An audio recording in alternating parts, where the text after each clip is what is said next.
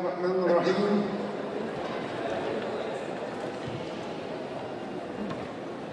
والصلاة والسلام على النبي الكريم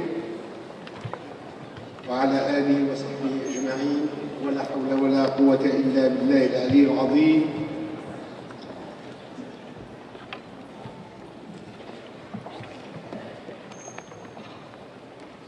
نفتح معا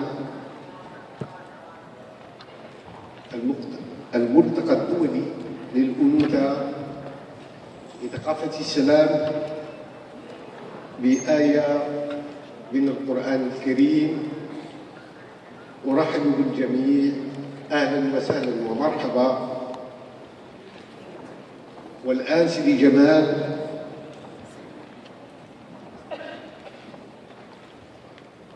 الذي أتى من مصر ببعثة من الأزهر يتلو علينا آية من القرآن الكريم. أدعو الله أن يوفقنا ويحفظنا ويحفظ وطننا، وأن يجعل السلام في قلوبنا وأفكارنا ومعاملاتنا، وأن يرحمنا برحمته، وأن يدلنا على ما فيه خير لأنفسنا ولغيرنا. اللهم أنت السلام ومنك السلام وإليك يعود السلام. سلمنا في ديننا ودنيانا وآخرتنا ببركة محمد عليه الصلاة والسلام، وببركة أنبيائك وأوليائك وأصفيائك وخير خلقك. Mesdames et messieurs, ensemble, nous allons ouvrir ce congrès avec notre cœur afin que la paix, la culture de paix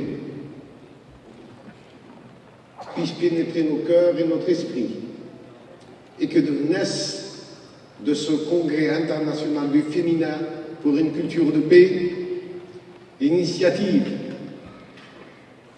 des actions, une réflexion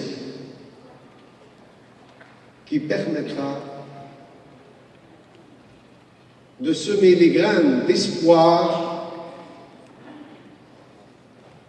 d'un projet à venir pour un monde à venir. Un projet qui rassemble, qui unit, qui rend ce cercle de la fraternité humaine une réalité palpable, visible. Et la preuve en est évidente, c'est votre présence. Je vous remercie. Je vous remercie d'être là pour affirmer que ce qui était un rêve peut devenir une réalité. Plus de 25 pays, des délégations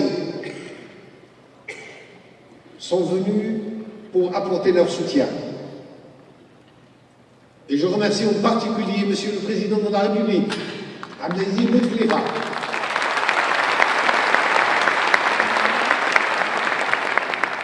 qui nous a fait l'honneur d'accepter de parrainer, patronner ce congrès.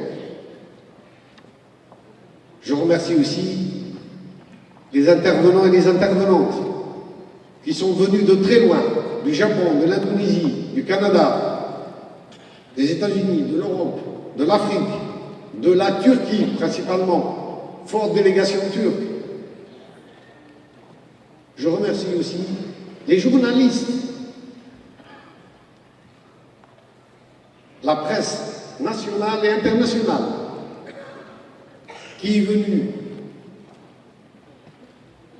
pour nous aider à répandre ce message. J'espère que ce n'est pas seulement par curiosité, qu'ils sont là aussi avec leur cœur et une attention sincère pour montrer au monde que de ce pays, de cette Algérie, peut monter une voie de paix pour inviter le reste des nations à la société du vivre ensemble, du partage et de la dignité. Merci à vous tous, sans oublier les sponsors algériens qui nous ont aidés à financer la plus grande partie de ce congrès. Merci à vous tous et je vous souhaite un bon congrès.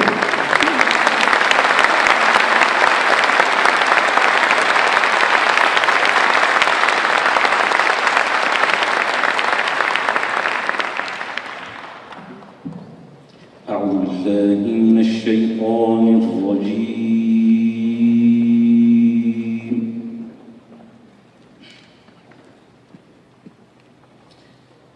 بسم الله الرحمن الرحيم.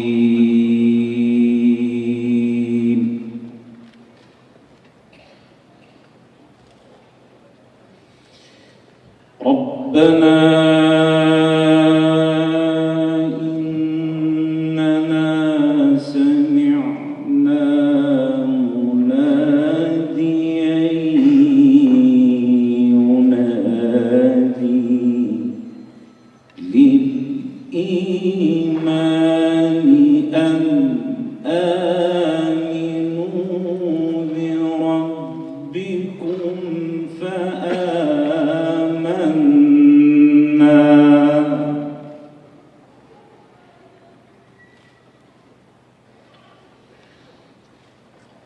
ربنا فاغفر لنا ذنوبنا وكفر عنا سيئاتنا وتوفنا مع الأبرار.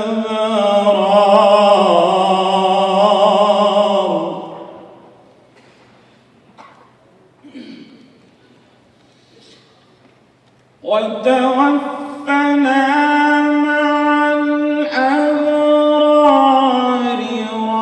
ربنا وآتنا ما وعدتنا على رسلك ولا تخزنا يوم القيامة.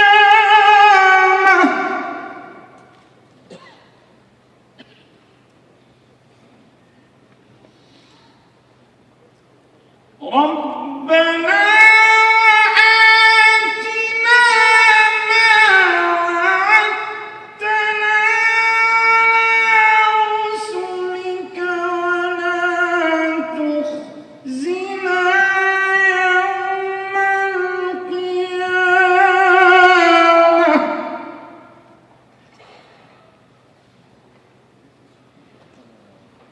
وقنا عذاب النار.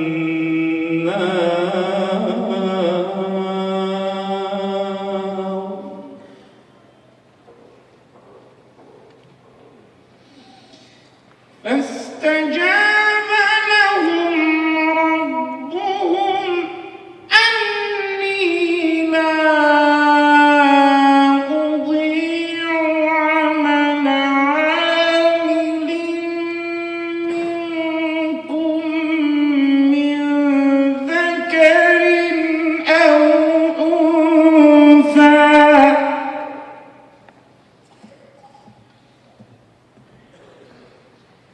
أني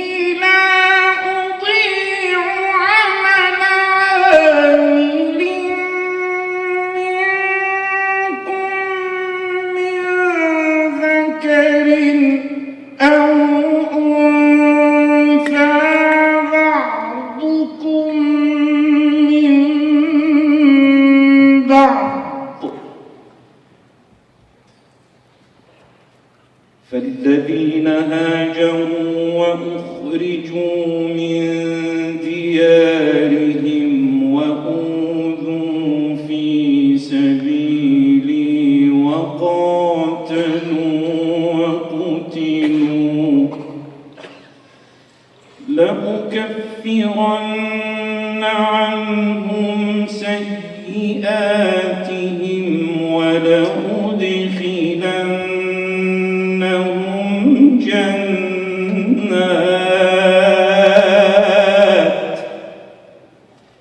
جنات تجري من تحتها الأنهار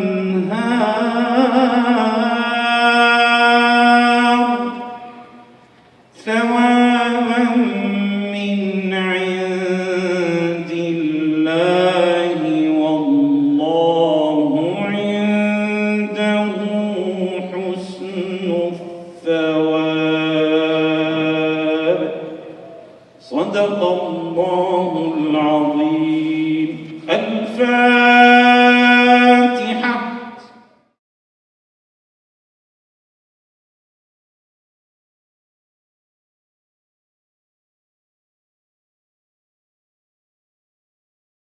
المحترم السيد رئيس المجلس الشعبي الولائي المحترم، السادة والسيدات العلماء والعالمات، الأفاضل والفضليات، السادة والسيدات الحضور الكريم، السلام عليكم ورحمة الله تعالى وبركاته. أنا جد سعيد أن أكون بينكم في افتتاح فعاليات مؤتمركم الدولي النسوي من أجل ثقافة السلم الذي يحضره ثلة من رجال ونساء الفكر والذكر. قد شرفني فخامة رئيس الجمهورية السيد عبد العزيز بوتفليقة بقراءة رسالته بهذه المناسبة. بسم الله الرحمن الرحيم، والصلاة والسلام على أشرف المرسلين وعلى آله وصحبه ليوم الدين. أصحاب الفضيلة والعلم، أيتها السيدات الفضليات، أيها السادة الأفاضل، السلام عليكم ورحمة الله تعالى وبركاته. إن محفلكم المبارك المنعقد تحت عنوان المؤتمر الدولي النسوي من أجل ثقافة السلم له بادرة خير ومسعى بر ومنتدى تفكير وتدبر لعالمات وعلماء جادين ديدنهم تبيان الحق ونشر الفضيلة وإشاعة السلم سعيا لإنشاء المجتمع المثالي في ظلال الإسلام السمح الذي ينزل المرأة منزلة عالية إذ كرمها القرآن أيما تكريم أيا كان موقعها في المجتمع. اهتم الإسلام بالمرأة مذ لاح فجره فأعاد لها حقوقها المعنوية والمادية، بل وجعل الجنة تحت أقدام الأمهات تدليلا على مكانتها من صدق الإيمان وصحته في طاعتها. وهو المنهاج الذي أرساه سيد البشرية عليه الصلاة والسلام، فكان رؤوفا رحيما بالنساء خافضا لهن جناح الذل من الرحمة موص بهن ناهيا عن كل تجاوز في حقوقهن. ولنا في معاملته للمرأة أسوة حسنة وقدوة منزهة. وشتان اليوم بين مدلول الحرية الذي يروج له بشأن المرأة ومدلول الحرية لدى رسول الله صلى الله عليه وسلم، إذ لم يضع عقبة أمامها ولا موانع زاجرة لها ولا استهتارا بها إلا بما يفرضه الشرع عليها وعلى الرجل في العقيدة والمعاملات، فجعلها سلما للرجل فيما هي مؤهلة له، فحصنها بذلك من كل ما من شأنه أن يهينها أو يضر بكرامتها أو حقوقها. وبفضل هذه التربية المهداة من السماء بنى الإسلام الصحيح في تعاليمه مجتمعا فاضلا تتكامل فيه المرأة والرجل لا ضرر فيه ولا ضرار. الأمر الذي هيأ للحضارة العربية الإسلامية أن تنتشر في ربوع العالم بالمثل الأعلى والسلوك القويم لا بالسيف والإكراه كما يروج له الجاهلون بالإسلام. لا بد أن نشير في هذه المناسبة للنظر لما يجري اليوم في منطقتنا العربية إلى أن الإسلام دين إنساني لا يعرف الحدود الجغرافية أو العرقية أو اللونية، وما إليها لا يوجد في روحه وتعاليمه ما يدل على إكراه أو عنف، وكل ما نراه من قتل وتدمير يقوم به بعض الدخلاء على ديننا الحنيف ليس من الإسلام في شيء، فالدين الإسلامي دين سماحة ومحبة وسلام. بهذا نزل القرآن الكريم، وبهذا عمل الرسول صلى الله عليه وسلم وأصحابه الراشدون ومن اتبع سنته من المسلمين. أعود إلى الموضوع فأقول إن عمل المرأة عندنا قد اقتصر طويلا على وظيفتها الطبيعية، أي الانقطاع إلى تربية الأولاد وحضانتهم وأعمال البيت، وهذا ما أثر على مجتمعاتنا العربية والإسلامية التي فرقت بين الجنسين، رغم أن هذه الأخيرة باستطاعتها أن تشارك الرجل في كل أعماله واختصاصاته وتبرز في جميع الوظائف والصنائع. الكفاءة والقدرة والتمرس لا تستثني أحدا منهما، فهما في الحظوظ سواء إن اجتهدا. هذه هي الصورة الحقيقية التي يشهد بها التاريخ ويقررها العلم، وقد أكدها الشرع، وهناك آيات بينات عديدة تبرز هذا التساوي بين الرجل والمرأة، كما أن هناك حديث شريفة تبين بجلاء مكانة الرجل من مكانة المرأة. المجتمع الإسلامي حريص كل الحرص على استثمار كل الطاقات البشرية من ذكر وأنثى، وما خاطب المولى تعالى في الذكر الحكيم إلا وقد ساوى بين الذكر والأنثى، وفي ذلك عبرة لمن يعتبر. أيتها السيدات الفضليات، أيها السادة الأفاضل، إنما فتح من مجال واسع لرقي المرأة في حضارة الإسلام جعلها تتألق وتحتل صفحات فخار في التاريخ، سواء في الورع والتصوف أو في العلم والتدبر أو في مجال الحكم والقيادة.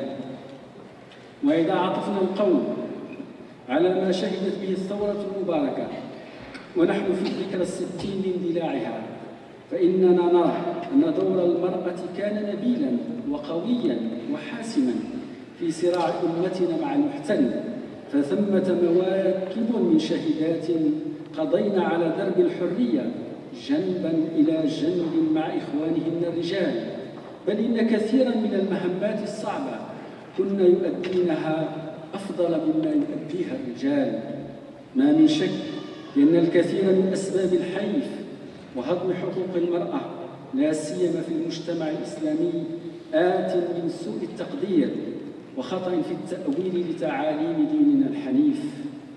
قد سعينا جاهدين منذ سنوات عديدة على إرساء أسس تحقق المساواة بين المرأة والرجل في بلادنا، واكدين على أن كل مفاضلة بين الجنسين أو وضع طرف في مواجهة للطرف الآخر إنما هو سوء تفكير إن لم يكن جريرة ومغالطة كبرى. ففي سنة الخالق سبحانه وتعالى من إعلاء شأن المرأة ما يغنينا عن كل تذبذب أو شطط في التقدير أو التأويل. فوجود المرأة اليوم في المدرسة والجامعة والمعمل والمصنع والحقل والمؤسسات المدنية والعسكرية وتحت قبة البرلمان وفي سلك القضاء والدبلوماسية وما إليها، وتأكيد على إيماننا الراسخ بأن لا فرق بين الرجل والمرأة إلا في أداء الواجب على أكمل وجه. وقد لا نجانب الصواب إذا قلنا أن في ماهية وطبيعة المرأة الميل إلى السلم والاستقرار والتعايش، فهي عملة عصرنا ووجهها الديمقراطي وسلم القيم للتحضر والرقي الإنساني. هذا على الرغم من النقائص التي يستوجب علينا تداركها فيما يستقبل من الزمان، وإننا نطمح إلى أن تصبح بلادنا قدوة في مجال حرية المرأة في إطار القيم الإنسانية ضمن رؤية الإسلام وتعاليمه. لا يسعني في هذه العجالة إلا أن أسدي أجل التقدير والامتنان لأخي الشيخ الدكتور خالد بن تونس شيخ الزاوية العلوية ولكل إخوانه، وأخص بالتنمية كل السيدات والسادة الوافدين إلى بلادنا ليشهدوا فعاليات هذا المؤتمر الدولي النسمي من أجل ثقافة السلم، راجيا لكم من المولى حسن التدبر فيما أنتم ساعون إليه. وفقنا الله وإياكم لما فيه الخير لأوطاننا في ظل السلم والمحبة والتعايش، والسلام عليكم ورحمة الله وبركاته.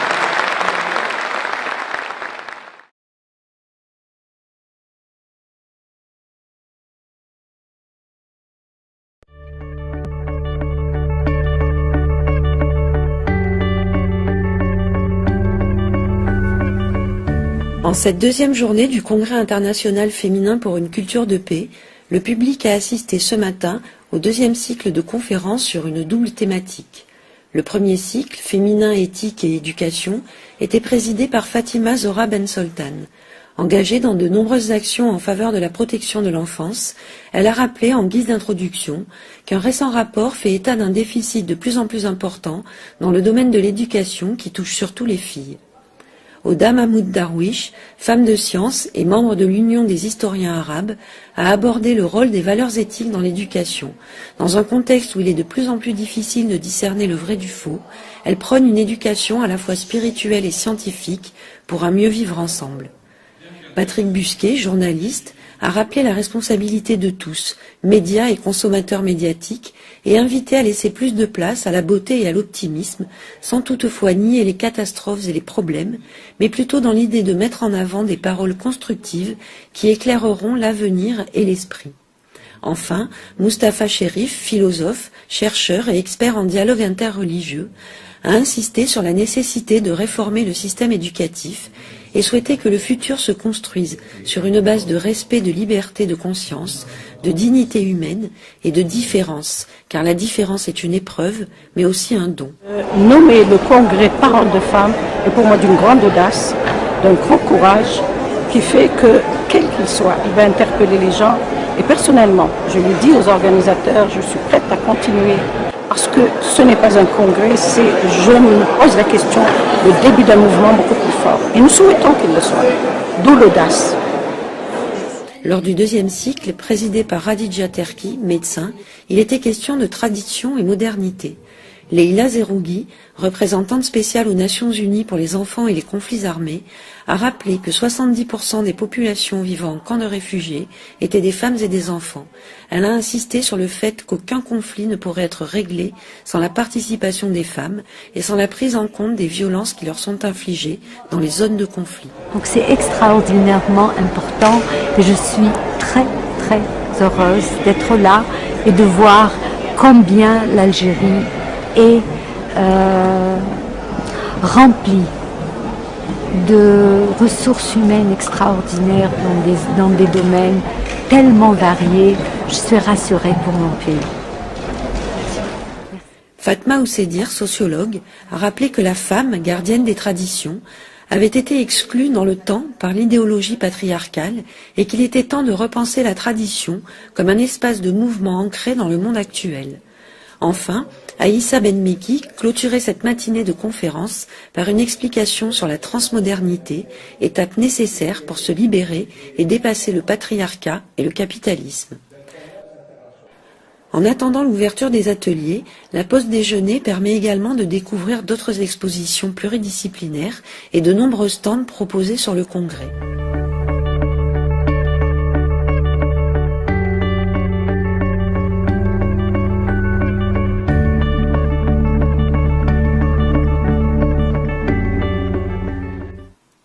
Les ateliers, quant à eux, offrent chaque jour aux participants la possibilité d'approfondir certaines questions posées le matin en conférence, d'ouvrir des débats d'idées et de réflexion. Effectivement, on est dans une ère où on a le plus accès à la communication, à l'information, et je pense qu'on dérive vers une société où on communique le moins. Avec la densité des échanges et la richesse des rencontres, la prise de conscience de la nécessité d'une culture de paix est de plus en plus présente dans les esprits, comme le montrent les différents témoignages des uns et des autres depuis 2 jours. Étant donné que je suis du Burkina et ils sont algériennes, je leur dis toujours la manière de vivre l'islam en Afrique de l'Ouest et l'islam en Afrique du Nord est différent.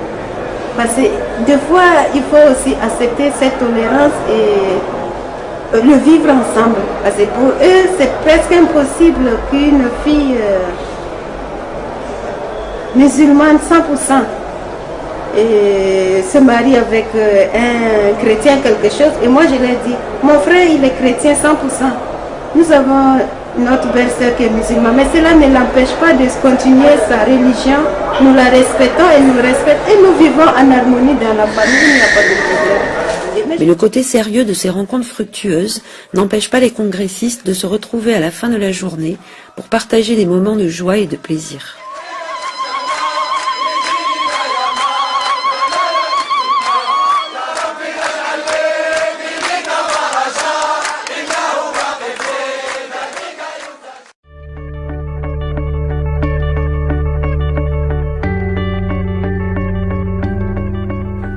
C'est un auditorium rempli qui a accueilli ce matin les derniers orateurs du Congrès international féminin pour une culture de paix. Le 4e axe de ce 3e jour de conférence était donc consacré au voilement-dévoilement et présidé par Abderrazak Guessoum, philosophe et membre de l'Union des écrivains algériens. Dans son introduction, il a souhaité parler du Coran au féminin et évoquer les tabous qu'il convient d'éliminer afin que la femme musulmane puisse retrouver son identité et sa dignité. Mondja Nevzi Souahi, islamologue et professeur en sciences islamistes, a consacré son exposé à l'exégèse du Coran au féminin et souhaitait une nouvelle interprétation pour un juste équilibre homme-femme dans la religion musulmane. Myriam Atia, islamologue et professeur en sciences islamistes, a éclairé les auditeurs sur les hadiths misogynes et mensongers, permettant de déconstruire ces fausses vérités qui ont contribué à donner une mauvaise image de l'islam. Enfin, Mohamed Akram Nadoui, spécialiste de l'islam, enseignant et écrivain, a évoqué le travail réalisé pendant plus de 15 ans pour mettre en lumière l'histoire occultée de plus de 9000 femmes savantes de l'islam dont la mémoire avait été confisquée. Cette rencontre constitue, à mon avis, un changement radical sur le plan social, sur le plan politique et sur le plan psychique. Pourquoi? Parce que en donnant la parole à la femme, en essayant de consacrer quelques jours aux problèmes auxquels fait face nos femmes, c'est déjà une reconnaissance de l'importance et de la position qu'occupe la femme dans notre société.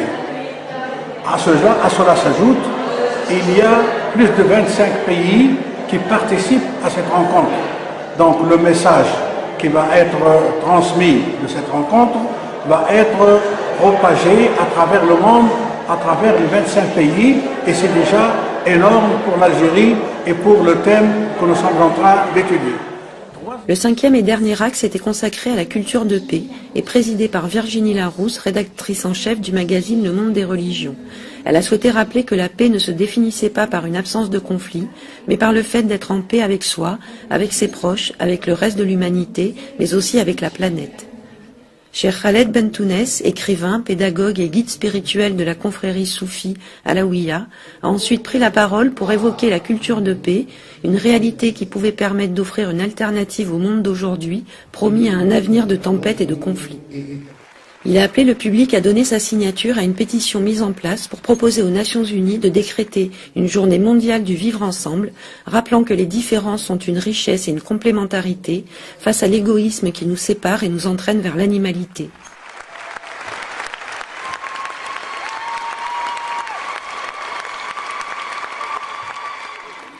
Keiko Takaki Nakamura, professeure agrégée et spécialisée en anthropologie culturelle, a quant à elle expliqué le fonctionnement des kaizen, une expérience économique japonaise, méthode de développement durable avant l'heure et philosophie de la vie à laquelle les femmes ont joué un rôle prépondérant à la fin de la Seconde Guerre mondiale.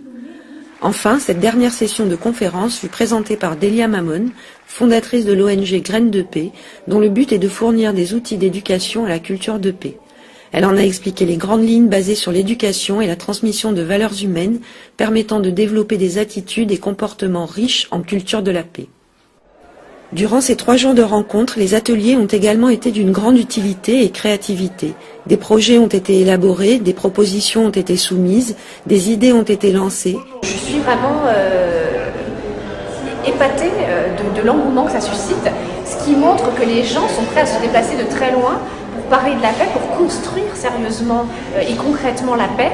C'est une atmosphère d'émulation qui donne envie vraiment de poursuivre au-delà du congrès et aussi qui permet, comme on est tous là réunis plusieurs jours, d'entamer des contacts qui ne sont pas superficiels. Ce sont des contacts qui permettent vraiment de rencontrer les gens, de discuter avec eux en profondeur, de nouer de vraies relations. Là, on a eu la possibilité vraiment de discuter ensemble de manière profonde et pas 5 minutes entre 2 portes. Et les volontés des représentants de 27 nationalités se sont unies pour donner une suite à ce moment unique, exceptionnel et audacieux, comme le soulignait Fatima Zora Ben Soltan. La cérémonie de clôture a ainsi donné naissance à une liste de recommandations que les signataires ont appelée la Déclaration d'Oran, une série de propositions concrètes pour que ce congrès extraordinaire ne reste pas lettre morte et devienne la base d'une réalisation commune en vue de mettre en place une plateforme de travail sur la culture de la paix. Car il est nécessaire aujourd'hui, en ces temps incertains, de dépasser les clivages sociaux, religieux, économiques et géographiques, et il est de la responsabilité de chacun d'entre nous de travailler afin de parvenir à construire une paix durable.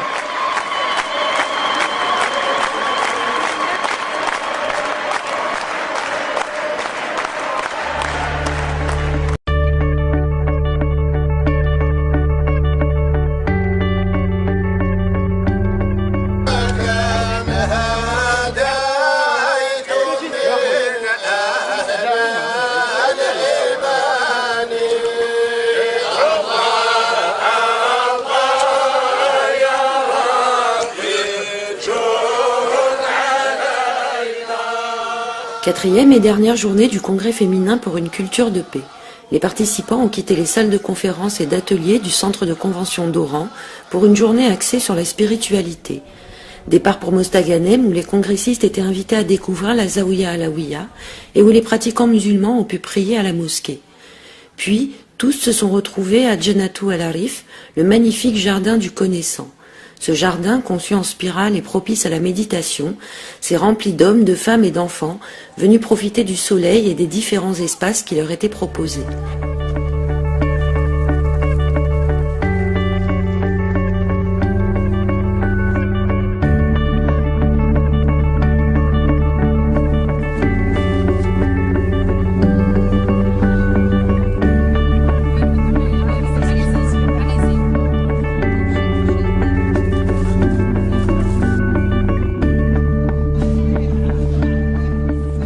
C'était l'occasion pour tout un chacun de poursuivre les discussions dans un espace privilégié et pour l'équipe organisatrice de profiter d'un repos bien mérité après plus d'1 an de préparations intensives et 3 jours de travail non-stop, comme le savoure Faouzia. Je sors de là grandi, plus riche, épanoui et pas fatiguée du tout. Pourtant, je pensais être extrêmement fatiguée. Mais là, j'ai des petites ailes aux pieds, je dirais. Ce fut aussi l'occasion de retrouver Cherben Tounès, à l'origine de ce congrès et du mouvement pour une culture de paix.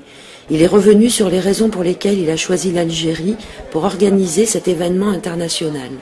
D'abord, l'Algérie, mon pays. Et l'Algérie est un pays qui a traversé beaucoup d'épreuves. Et n'oublions pas que c'est dans ce pays, dans les années 90, fin 80, 90, que ce radicalisme et cette culture de la violence qui a failli détruire ce pays a commencé chez nous. Et à ce moment-là, on était seuls. Personne ne comprenait, personne ne se doutait que cette maladie du siècle pouvait se répandre et détruire des États entiers. Il a également fait part de son ressenti et de ses conclusions sur ce premier congrès international féminin et sur les suites à y donner. Je me sens comme quelqu'un qui aujourd'hui plus que jamais a le devoir de continuer. On n'a fait qu'un pas, on n'a posé qu'une pierre. Tout l'édifice reste à construire. Cette demeure de la paix doit devenir pour nous une réalité.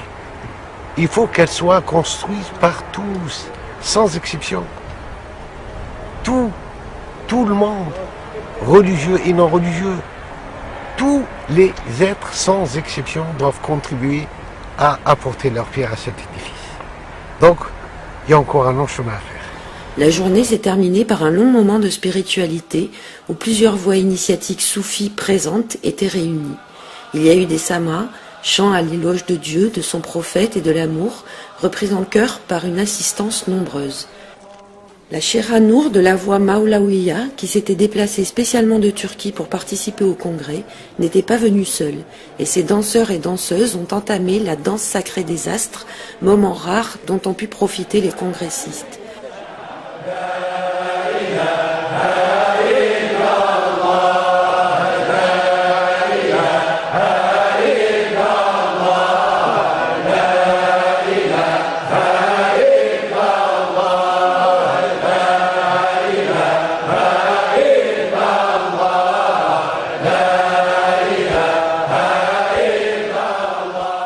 Puis, la soirée terminée, chacun est reparti vers son quotidien, avec pour mission de semer ses graines de paix, comme le souhaite, l'espère et le rêve cher Bentonès. C'est pas l'affaire d'un homme, c'est pas l'affaire d'un peuple, c'est pas l'affaire d'une culture, c'est l'affaire de tous. Si nous souhaitons que le monde change, commençons par nous, par y croire. Ne soyons pas défaitistes.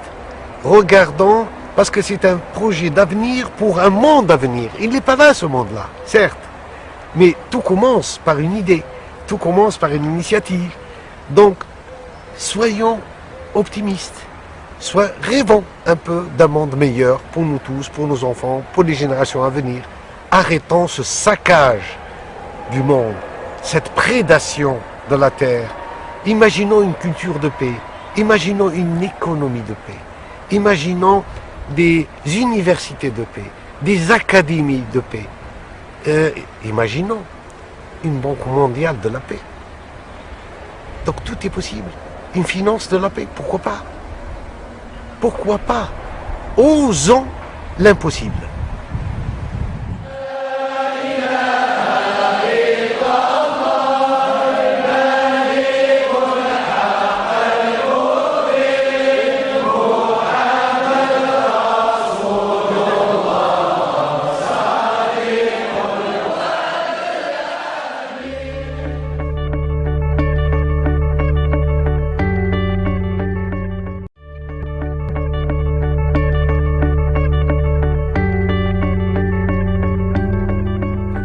C'est un auditorium rempli qui a accueilli ce matin les derniers orateurs du Congrès international féminin pour une culture de paix. Le 4e axe de ce 3e jour de conférence était donc consacré au voilement des voilements et présidé par Abderrazak Guessoum, philosophe et membre de l'Union des écrivains algériens. Dans son introduction, il a souhaité parler du Coran au féminin et évoquer les tabous qu'il convient d'éliminer afin que la femme musulmane puisse retrouver son identité et sa dignité. Monja Nevzi Souahi, islamologue et professeur en sciences islamistes, a consacré son exposé à l'exégèse du Coran au féminin et souhaitait une nouvelle interprétation pour un juste équilibre homme-femme dans la religion musulmane. Myriam Atia, islamologue et professeur en sciences islamistes, a éclairé les auditeurs sur les hadiths misogynes et mensongers, permettant de déconstruire ces fausses vérités qui ont contribué à donner une mauvaise image de l'islam. Enfin, Mohamed Akram Nadoui, spécialiste de l'islam, enseignant et écrivain, a évoqué le travail réalisé pendant plus de 15 ans pour mettre en lumière l'histoire occultée de plus de 9000 femmes savantes de l'islam dont la mémoire avait été confisquée.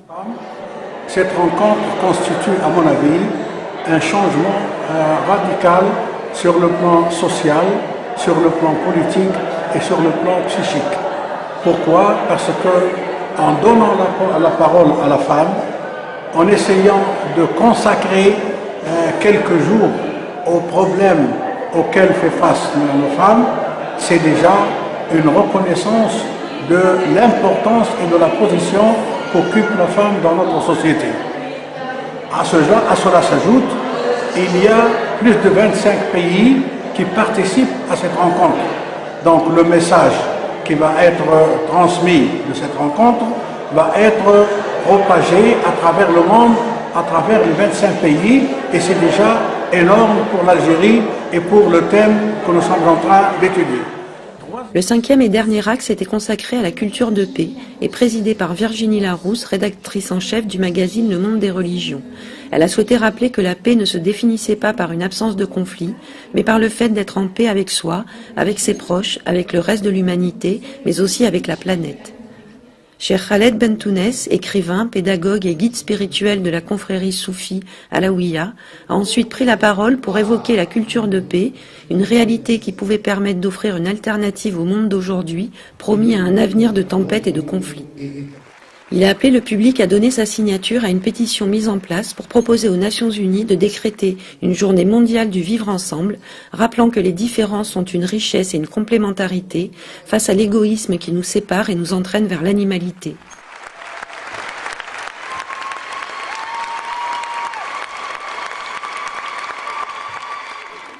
Keiko Takaki Nakamura, professeure agrégée et spécialisée en anthropologie culturelle, a quant à elle expliqué le fonctionnement des kaizen, une expérience économique japonaise, méthode de développement durable avant l'heure et philosophie de la vie à laquelle les femmes ont joué un rôle prépondérant à la fin de la Seconde Guerre mondiale.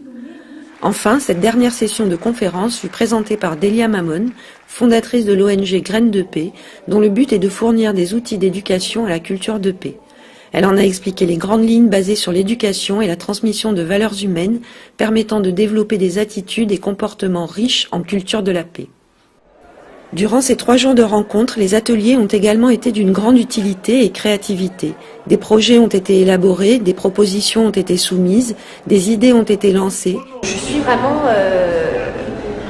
épatée de l'engouement que ça suscite, ce qui montre que les gens sont prêts à se déplacer de très loin pour parler de la paix, pour construire sérieusement et concrètement la paix. C'est une atmosphère d'émulation qui donne envie vraiment de poursuivre au-delà du congrès et aussi qui permet, comme on est tous là réunis plusieurs jours, d'entamer des contacts qui ne sont pas superficiels. Ce sont des contacts qui permettent vraiment de rencontrer les gens, de discuter avec eux en profondeur, de nouer de vraies relations. Là, on a eu la possibilité vraiment de discuter ensemble de manière profonde et pas 5 minutes entre 2 portes. Et les volontés des représentants de 27 nationalités se sont unies pour donner une suite à ce moment unique, exceptionnel et audacieux, comme le soulignait Fatima Zora Ben Soltan. La cérémonie de clôture a ainsi donné naissance à une liste de recommandations que les signataires ont appelée la Déclaration d'Oran, une série de propositions concrètes pour que ce congrès extraordinaire ne reste pas lettre morte et devienne la base d'une réalisation commune en vue de mettre en place une plateforme de travail sur la culture de la paix. Car il est nécessaire aujourd'hui, en ces temps incertains, de dépasser les clivages sociaux, religieux, économiques et géographiques, et il est de la responsabilité de chacun d'entre nous de travailler afin de parvenir à construire une paix durable.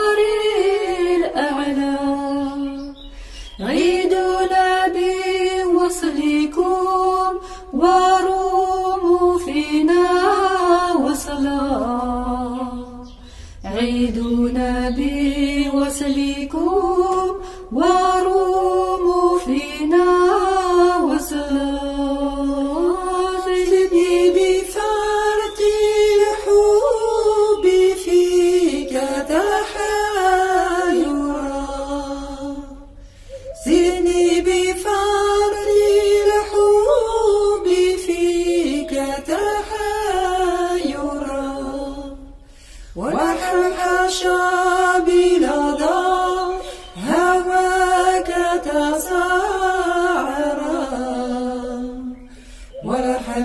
حاشا بلظى هواك تساعرا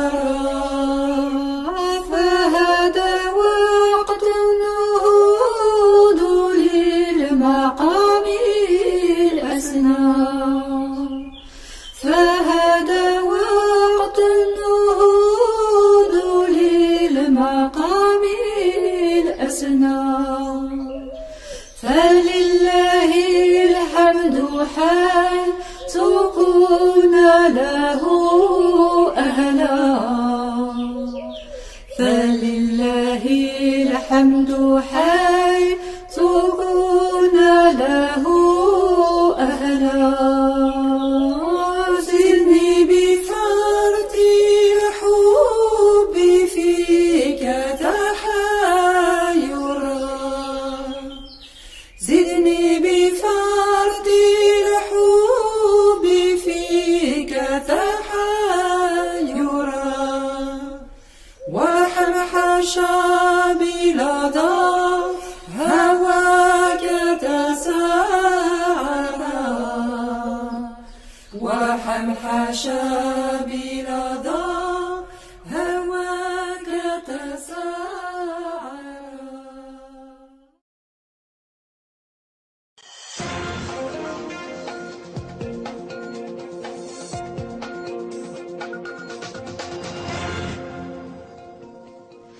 Bonsoir à tous, merci d'être avec nous pour votre journal Afrique sur TV5 Monde. Dans l'actualité, l'Algérie accueille cette semaine le congrès international féminin, l'occasion de débattre de la place des femmes dans l'islam et dans les pays musulmans notamment.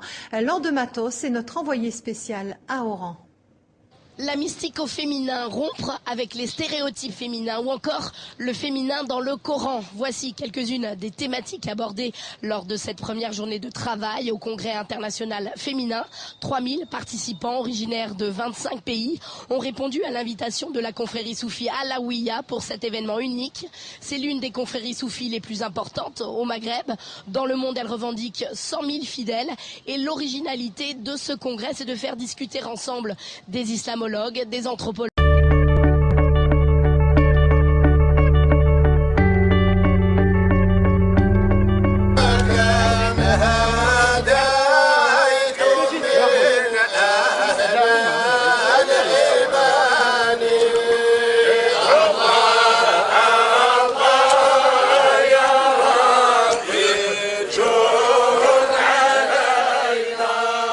Quatrième et dernière journée du Congrès féminin pour une culture de paix.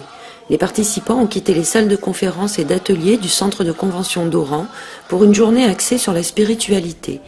Départ pour Mostaganem où les congressistes étaient invités à découvrir la Zaouïa Alaouia et où les pratiquants musulmans ont pu prier à la mosquée. Puis, tous se sont retrouvés à Djenatou el-Arif, le magnifique jardin du connaissant. Ce jardin, conçu en spirale et propice à la méditation, s'est rempli d'hommes, de femmes et d'enfants venus profiter du soleil et des différents espaces qui leur étaient proposés.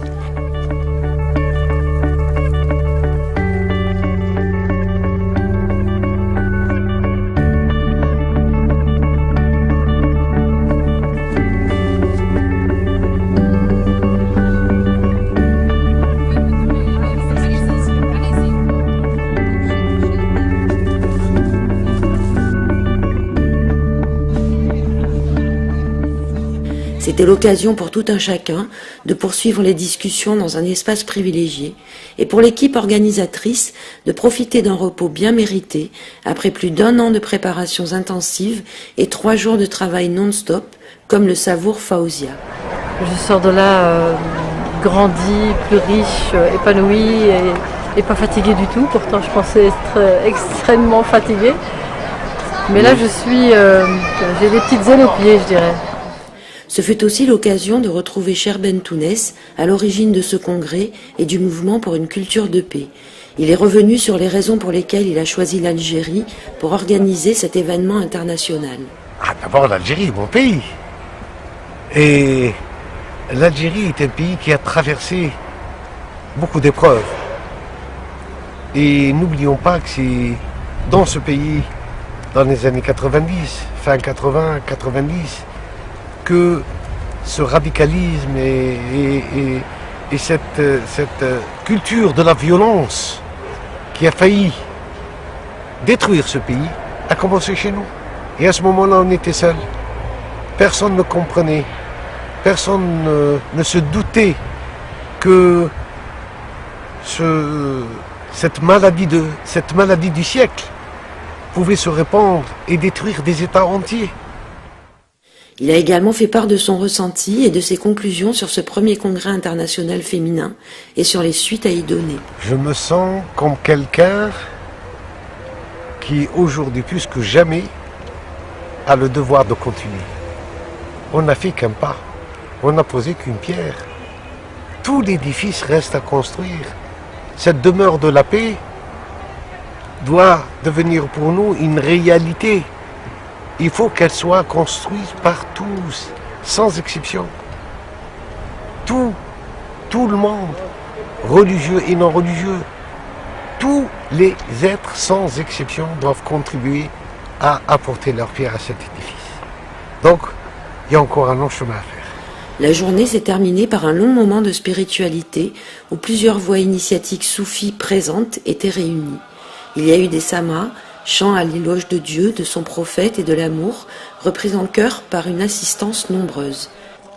La Chera Nour de la voix Maulaouia, qui s'était déplacée spécialement de Turquie pour participer au congrès, n'était pas venue seule, et ses danseurs et danseuses ont entamé la danse sacrée des astres, moment rare dont ont pu profiter les congressistes.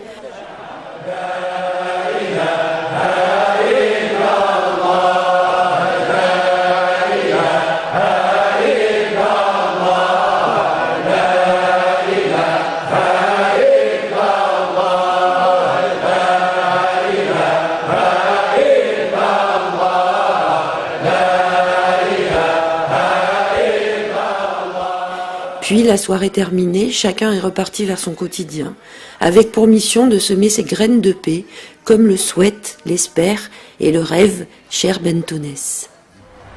C'est pas l'affaire d'un homme, c'est pas l'affaire d'un peuple, c'est pas l'affaire d'une culture, c'est l'affaire de tous. Si nous souhaitons que le monde change, commençons par nous, par y croire. Ne soyons pas défaitistes. Regardons, parce que c'est un projet d'avenir pour un monde à venir. Il n'est pas là, ce monde-là, certes. Mais tout commence par une idée, tout commence par une initiative. Donc, soyons optimistes. Rêvons un peu d'un monde meilleur pour nous tous, pour nos enfants, pour les générations à venir. Arrêtons ce saccage du monde, cette prédation de la terre. Imaginons une culture de paix, imaginons une économie de paix, imaginons des universités de paix, des académies de paix. Imaginons une banque mondiale de la paix. Donc tout est possible. Une finance de la paix, pourquoi pas? Pourquoi pas? Osons l'impossible.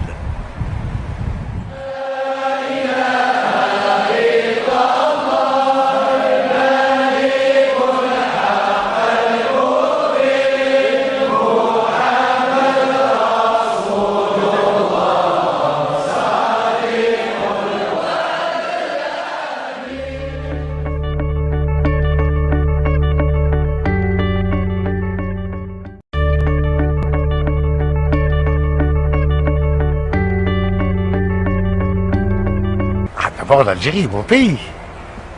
Et l'Algérie est un pays qui a traversé beaucoup d'épreuves. Et n'oublions pas que c'est dans ce pays, dans les années 90, fin 80, 90, que ce radicalisme et cette culture de la violence qui a failli détruire ce pays a commencé chez nous. Et à ce moment-là, on était seuls. Personne ne comprenait, personne ne se doutait que cette maladie du siècle pouvait se répandre et détruire des États entiers.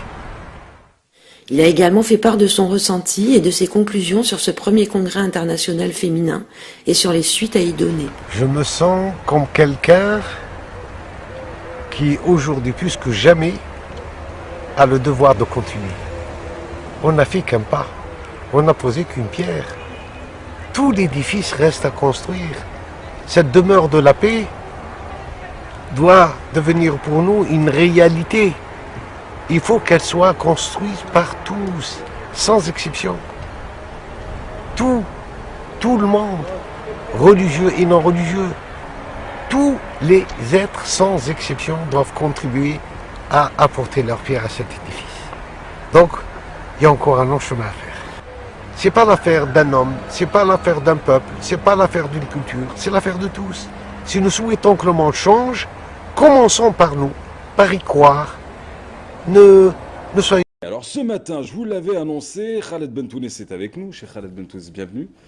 La dernière fois qu'on s'était croisés, c'était à l'occasion d'une conférence que vous aviez animée pendant le mois de Ramadan sur les lettres énigmatiques du Coran. Et vous aviez annoncé cet événement. Alors déjà à l'époque, ça avait fait beaucoup de bruit et vous êtes de retour aujourd'hui pour concrétiser. Alors on va parler de ce fameux congrès, un congrès international féminin, c'est une première. Alors pour une culture de paix, première mondiale, parole aux femmes. C'est la tariqa alaouia qui sera à l'honneur, mais c'est surtout l'islam et le couple qui sera à l'honneur à l'occasion. Dans quel contexte va-t-on parler de la femme à l'occasion de ce congrès? Alors nous avons choisi 5 thèmes. Parmi ces thèmes, il y a bien sûr le regard croisé entre civilisations, et ça, ce qui nous a amené à faire des recherches depuis 1 an et demi sur l'histoire du féminin, depuis la nuit des temps jusqu'à aujourd'hui, quelle place lui a été réservée à travers les civilisations. Donc c'est une très très belle exposition qui nous a pris beaucoup de temps et on a découvert pas mal de choses et on invite le public à venir la voir pour qu'il découvre avec nous toute l'histoire du féminin depuis l'Ève africaine, ce qu'on a appelé l'Ève africaine, Lucie, 3,5 millions d'années. Alors 5 thèmes et 5 axes sur lesquels vous allez revenir, mais vous parlez aussi de cette exposition, on pourrait déjà la présenter en quelques planches, la femme des lobes de l'humanité. Que pourrait-on retenir de cette époque-là, Cheikh Khaled Bentounes? Alors, ce qu'on peut retenir, c'est que la femme est présente déjà à la naissance de ce qu'on peut dire la conscience humaine. Et elle a été mise en valeur dans beaucoup de civilisations très lointaines. Donc, les premières statues, parce qu'elles concernaient la fécondité. L'homme avait déjà compris que c'est la femme qui portait la vie et c'est la femme qui la transmet. Donc, à travers elle, on a l'histoire de l'humanité qui s'inscrit dans le Tassim Najer, par exemple des rupestres du Tassim Najer, dans les grottes de Lascaux et dans pas mal d'endroits en Turquie et à travers le monde. Et de cela, ça nous a amené à jeter un regard sur les civilisations comme la civilisation assyrienne, babylonienne, égyptienne, grecque, romaine, et puis de rentrer dans le monothéisme à travers le judaïsme, le christianisme et l'islam. Et ça donne un autre éclaircissement. Et là, on voit la place que l'islam a réservée à la femme. Contrairement à ce qu'on croit, cette misogynie et ce parti pris contre la femme, il est bien plus précoce dans l'histoire de l'humanité. Et nous avons, par exemple, les Assyriens, un grand roi assyrien, Taglat Pharazar Ier, c'est lui qui a le premier ordonné à la femme de porter le voile. Mais donc ça, 17 siècles avant l'islam. D'autant plus que nous avons retrouvé des lois, par exemple, chez les Grecs, chez les Romains, où le voile était obligatoire pour la femme. Donc ça nous éclaire sur ce qu'est ce voilement, dévoilement de certaines vérités qu'on souhaiterait que nos enfants et les générations à venir découvrent. Alors, Cheikh Khaled Bentounes, êtes-vous d'accord avec cette fameuse expression la femme est l'avenir de l'homme, ou vous êtes plutôt dans cette fameuse notion de la femme c'est le présent, c'est le passé et c'est forcément l'avenir avec lui? Pour nous, la femme, elle porte des valeurs. C'est parce que tout simplement c'est elle qui conçoit, c'est-à-dire l'enfant et le fœtus, elle porte le fœtus dans son ventre, donc, et à travers lui, elle lui passe ses sentiments, elle lui passe ce qu'elle est. Une femme, c'est aussi celle qui éduque, c'est la première éducatrice, donc c'est elle qui transmet les premières valeurs. Donc dans la société, la femme représente l'axe central. C'est pour ça que le Coran dit d'une seule âme, et cette âme est au féminin, il ne faut pas l'oublier. Alors que la tradition, par exemple, biblique, nous parle d'Ève comme extraite de la côte d'Adam. Le Coran ne dit pas cela, la tradition musulmane, mais la femme dans une égalité. Rasoul alayhi salatu wassalam, il dit par exemple pour les femmes, pour l'homme et la femme, nisa'u shaqa'iqur rijal. Shaqiq, c'est le frère ou la sœur qui naît du même ventre. Ouais. Donc nous sommes dans l'égalité. Le Coran dit al-mu'minina wal-mu'minat awliya'u ba'dhum ba'd. Ya'muruna bil ma'ruf wa yanhauna 'anil munkar. Donc les croyants et les croyantes, il y a la notion d'égalité, ils sont des alliés pour ordonner le bien et interdire le mal. Donc même sur le plan de l'exercice du pouvoir à ordonner le bien et interdire le mal, la femme a sa part. Et puis il a dit surtout, al-jannatu tahta aqdam al-ummahat. Aussi. Donc le paradis est sous les pieds de la mère. Pourquoi la mère? Et pourquoi pas le père? La femme et le parfum, ça vous dit quelque chose? Alors ça, c'est encore... On parle de sensualité de la femme. Oui, tout à fait. On parle de la sensualité et elle est située entre le parfum et la prière. Ouais. C'est ça ce qui est extraordinaire. Et il a dit, il m'a été donné d'aimer trois choses de votre monde, le parfum, les femmes et la prière. Pourquoi la femme au milieu? Parce que en tous les cas, la tradition soufie, la tradition spirituelle de l'islam, dit que le parfum, c'est l'essence des choses, c'est l'essence de la rose. Ouais. La prière, c'est ce qu'il y a c'est cette exhortation intérieure, c'est cette élévation intérieure. Et la femme se trouve au milieu parce qu'elle incarne l'amour. L'amour commence par cette relation entre homme et femme qui perpétue la vie. Et celui qui ne connaît pas l'amour des femmes ne peut pas connaître l'amour de Dieu. C'est comme ça que Ibn Arabi le disait tout simplement. Ouais. Il faut passer par l'amour terrestre pour connaître l'amour céleste. C'est bien beau ce que vous dites. Et ce sera développé. Ce sera développé lors de ce fameux congrès. Il y a aussi cette filiation à Maryam. Absolument. Sida Maryama, c'est une sourate du Coran. Ouais. On nous dit la révélation ne descend que sur les hommes. Attendez, Sida Maryama a reçu l'ange Gabriel. Et la mère de Moïse, wa awhayna ila ummi Moussa, nous avons révélé à la mère de Moïse. Ouais. C'est dit clairement dans le Coran. Donc la révélation concerne autant l'homme que la femme. Mais chacun joue son rôle. On ne pouvait parler de la femme sans parler du couple. L'islam et le couple, c'est l'ouvrage qui sortira suite et pendant cet événement, ce congrès mondial qui va se dérouler donc à Mostaganem du 27 octobre au 2 novembre prochain. On ne peut parler de la femme sans parler du couple Je crois que nous sommes liés les uns aux autres et qu'une société, si elle veut fonctionner, il ne faut pas qu'elle boite. Et parce qu'elle repose sur deux jambes. L'homme et la femme sont deux entités et c'est cette dualité qui fait l'unité d'une société. S'il n'y a pas d'harmonie entre elles. Et si en plus, au nom d'une religion, la femme est oppressée, et quand j'entends ça, ça me fait dresser les cheveux sur la tête.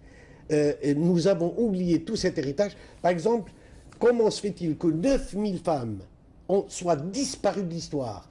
Des femmes qui ont été rawat al-hadith, des femmes qui ont transmis la tradition mohammedienne, les hadiths, qui ont été des ulama, des fondatrices. Regardez le Qarawiyyin, par exemple, il a été l'université de Qarawiyyin qui a fait sortir des grands ulama. À l'origine, c'est qui? C'est une femme qui l'a construite. C'est une femme qui l'a faite. Mais nous avons aussi des femmes qui ont été imams. On ne le dit pas. Et du temps du prophète lui-même. Nous avons des femmes qui ont été des muhaddidat, des femmes qui étaient dans les mosquées, et des morshidat, des savantes, des médecins, de toutes sortes. Et comment 9000 femmes disparaissent et leur écrit avec. Parmi elles, Sayyida Zineb. Parmi elles, par exemple, mais Sayyida Zineb, on en parle. Rabia al-Adawi, on en parle. Je dis de celles dont on n'en parle plus parce qu'elles ont disparu totalement. C'est le travail de l'homme, mais pas avec un grand H, mais l'homme masculin.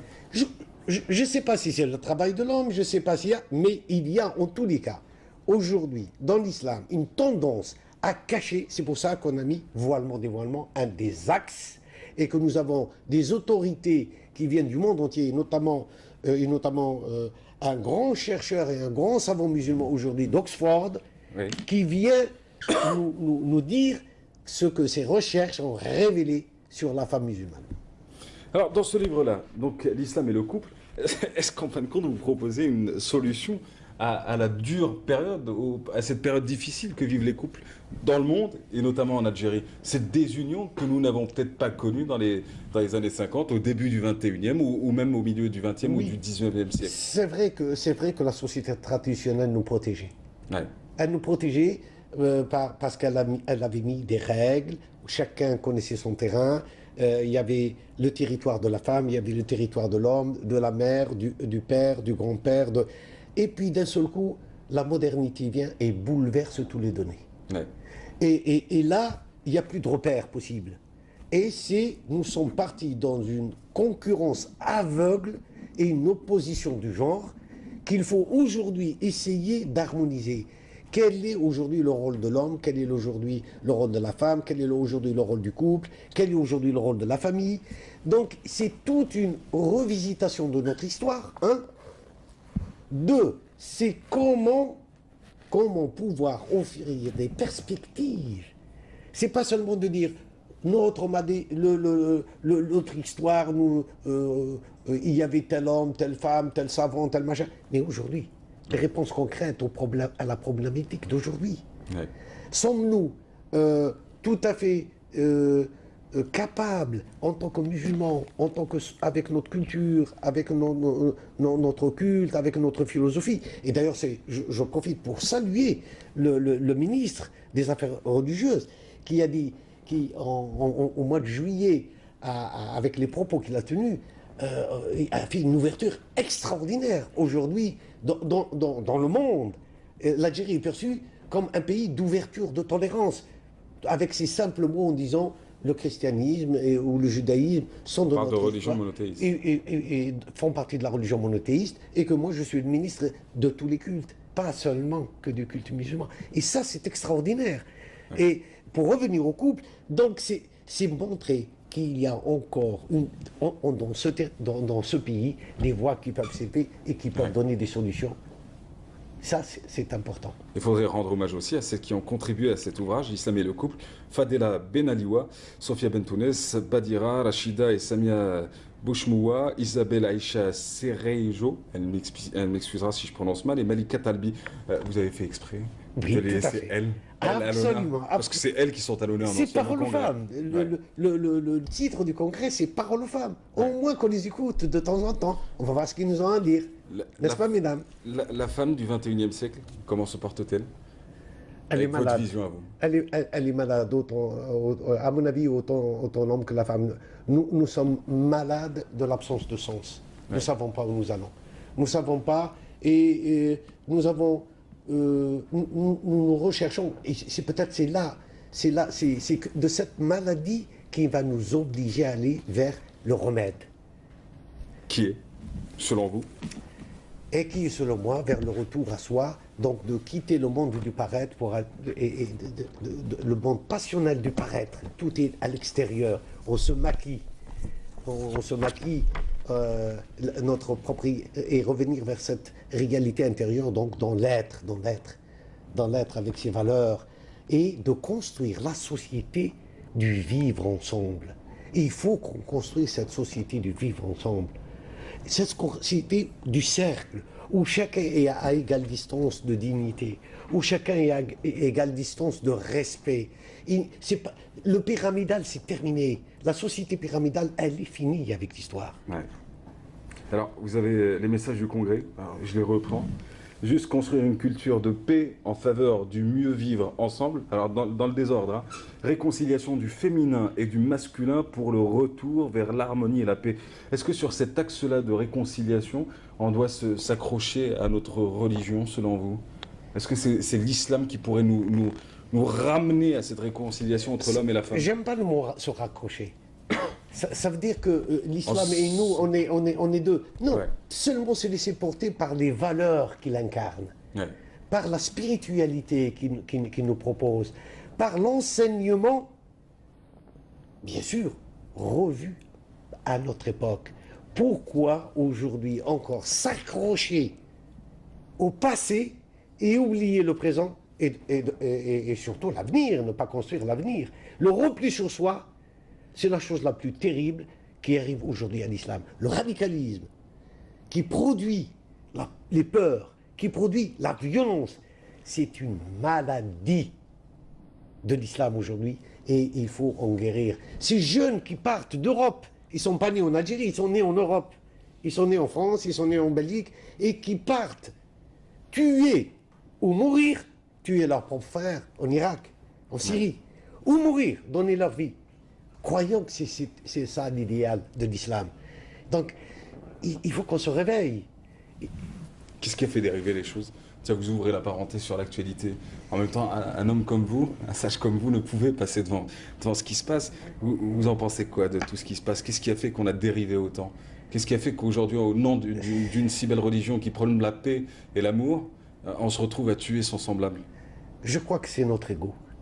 Tout simplement, notre ego et l'ignorance de cet héritage. Et la manipulation qui en a été faite par certains qui, aujourd'hui, à coup de pétrodollars, veulent garder le leadership, occuper la scène, et des deux côtés, que ce soit du côté chiisme, des chiites ou du côté des sunnites incarnés aujourd'hui, bon, nous le savons tous, hein, par l'Arabie Saoudite, il n'y a pas de mystère. C'est le financement vient de ces pétrodollars qui aujourd'hui alimentent cette idée néo-wahhabite du conservatisme et du radicalisme. Quand on détruit la maison du prophète, où il a vécu avec Sida Khadija, à la Mecque, et qu'on mette à la place des toilettes, et qu'aucun musulman, et aucun pays musulman, ne fait une protestation. Quand on détruit le message de Sina Bilal, le Muaddin, le muezzin du prophète, il n'y a aucune protestation. Toute la Mecque est en train d'être rasée, tous les vestiges sont en train d'être rasés. Ça, c'est la mémoire. Cheikh Khaled Bentounes, pensez-vous que sauver la femme, c'est sauver l'humanité? Oui. À travers tout ce que vous dites. Hein. Oui, parce qu'elle est la mère. Ouais. Elle est la mère, elle est notre mère, elle est notre compagne, elles sont nos filles, elles sont nos sœurs. Et en elle, et c'est pas l'humanité. En tous les cas, pour la tradition musulmane et pour l'islam, moi je crois que le futur, c'est la femme. Je lui fais entièrement confiance. Ouais. Et je lui en confie cette graine d'espoir pour qu'elle la transmette aux générations à venir. Le congrès, c'est du 27 au 2 novembre prochain, congrès mondial. Vous attendez combien de personnes? Pour le moment, on est à peu près à plus de 2000 personnes, donc on frise les 3000. Donc c'est le 28, il commence le 28 octobre à 9h au Palais des Congrès à Oran, et il se termine par un grand rassemblement spirituel le 31 à Mostaganem, au siège de Jannat al-Arish. Merci de venir, et surtout, je précise nos jeunes, pour découvrir l'exposition et aussi les ateliers. Il y a plus de 15 ateliers avec des hommes remarquables et des femmes remarquables. On dit chez bien. Je vous souhaite beaucoup de belles choses. Exposition, c'est à Mosta ou à Oran? Non, à Oran. À Oran, au Palais des Congrès. Au Palais des Congrès à Oran. Et puis de construire la frise pour la paix. Ouais. C'est-à-dire, c'est une énorme frise qui va être construite sur place en mosaïque. C'est offert par un grand artiste italien. Et elle représente le 60e anniversaire de l'ONU. En tout cas, merci à vous. Merci d'avoir été là. Merci, Cheikh Khaled Bentounes. Merci à vous. Beaucoup de belles choses. Hein. Et elles et ils auront de la chance, ceux qui participeront à ce congrès international féminin pour une culture de paix. Parole aux femmes, c'est les femmes qui seront à l'honneur, mais ce sera l'occasion juste de réitérer votre message de paix et votre message d'amour à travers la Tariqa Alaouia. Merci encore. Merci à vous. Merci d'avoir été avec nous et merci pour le pins où je le garderai tout au long de la semaine.